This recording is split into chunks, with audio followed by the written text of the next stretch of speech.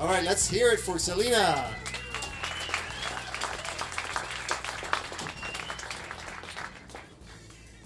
Hi. I noticed everyone didn't have their notebooks with them because they memorized their story, but I had a story memorized, and then it was 4:30 and I was getting onto the bus. I was walking and sweating, and I was getting on the bus, and I get a phone call from my mom, and she's like, "So how come you didn't tell me about this thing tonight?"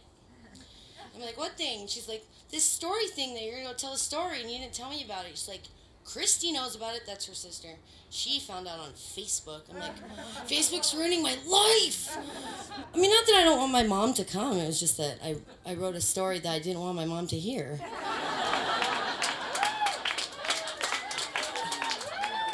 And so I was in her car on the way over here, because thank goodness she drove me over here, because I would have been completely late and feverishly writing a story that was mother appropriate.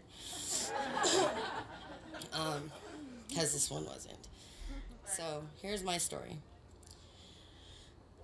I tried to think of a time that I felt left out, and I kept thinking to myself, do I have to choose just one?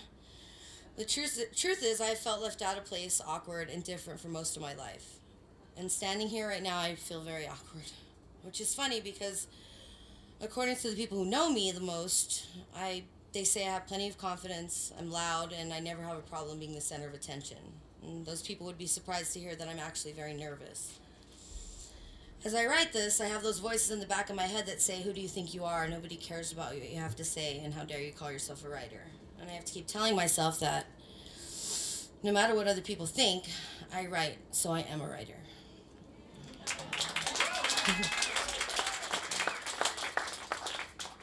Honestly, since I was very young, I always felt out of place. I was I was raised in a Mexican-American family, so you can imagine that when I was around other Mexican people, I could understand most of what was being said. Well, in Spanish. However, I didn't look like I was of Mexican descent, and unfortunately some people use language barriers to speak ill of other people. After hearing certain groups at school say something about my hair or my clothes, nothing gave me more satisfaction than to put my hands on my hips and say, "Yo entiendo español." And of course they would laugh at me. It never failed. It was like on that movie, Celina, where the dad was talking about how, you can't be good enough for Caucasian people, you couldn't be good enough for Mexican people. And it was like, I was always able to relate to this, because if I said enchilada, I got laughed at, but if I said enchilada, I got laughed at. So and if the right person heard me speak Spanish, they would look at me like I was a tiger on a tricycle. Like I was just like, "Oh, muy bien."